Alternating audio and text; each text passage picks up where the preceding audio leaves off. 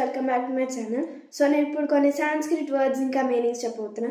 So చూసేయండి. So words వచ్చేసి first one ఏమో రాజా, సెకండ్ వన్ ఏమో ఏకదా, థర్డ్ వన్ ఏమో దైవం, ఫోర్త్ వన్ ఏమో వినమ్రాహ, ఫిఫ్త్ వన్ ఏమో పుత్రాణం.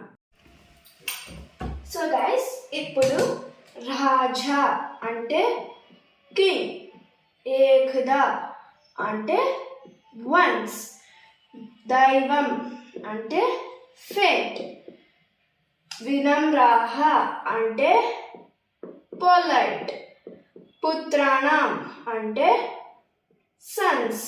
సో గైస్, ఇప్పుడు వీటిని చదువుదాం.